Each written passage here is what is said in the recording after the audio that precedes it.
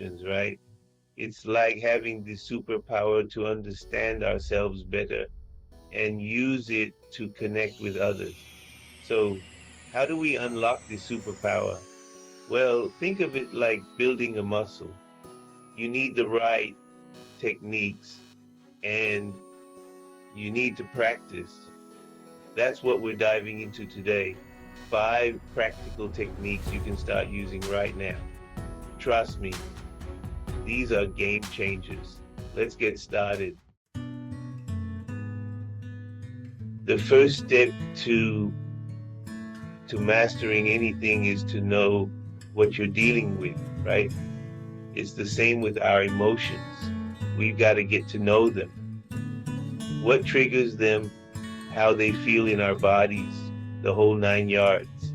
Have you ever just snapped at someone out of nowhere? Later, you're like, whoa, where did that come from? That's your cue to hit pause and get curious about your emotions. A great way to do this is by journaling.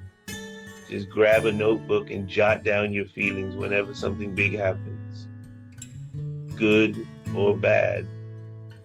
Over time, you'll start to see patterns. Maybe you realize that traffic always makes you anxious, or that a certain song makes you feel happy. That's self-awareness in action. All right, so now that you're getting to know your emotions, it's time to talk about self-regulation.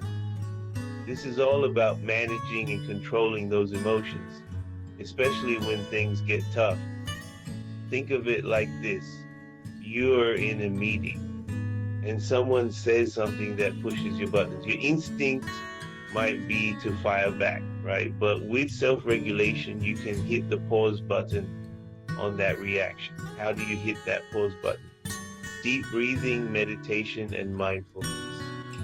Deep breathing is the quickest way to calm your nervous system down. Meditation helps you train your focus and attention so you can observe your emotions without getting swept away by them. Chapter 3, Motivation. Fueling your fire. Let's talk about motivation. It's the driving force that propels you toward your goals and fuels your emotional resilience. Now, there are 2 types of motivation, extrinsic and intrinsic.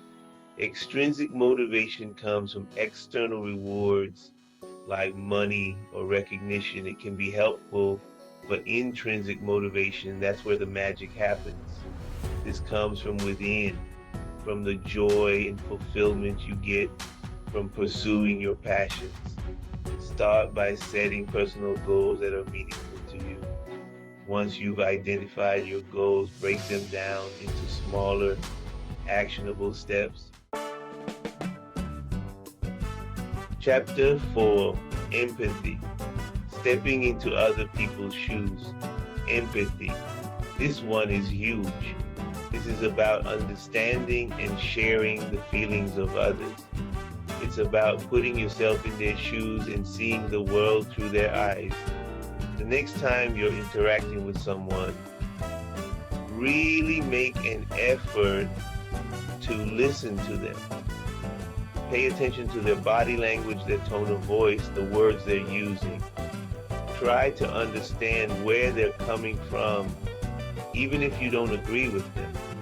Empathy is about connection. Chapter 5, Social Skills, Mastering the Art of Connection. We're at our last technique, social skills. This is all about how you interact with others, how you communicate, how you build relationships. Communication is key, and I'm not just talking about speaking clearly. It's also about listening actively, asking clarifying questions, and making sure you're on the same page. Next up, active listening.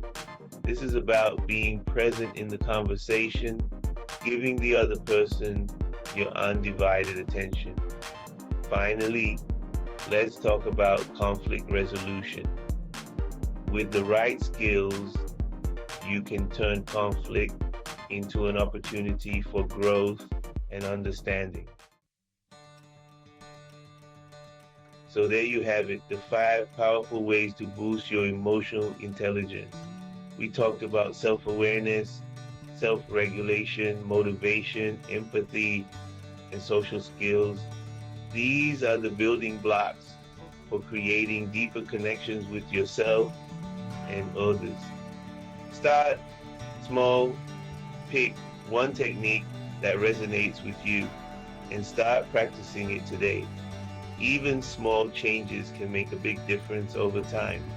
Don't forget to subscribe to our channel for more empowering content on personal growth and self-improvement. See you in the next video.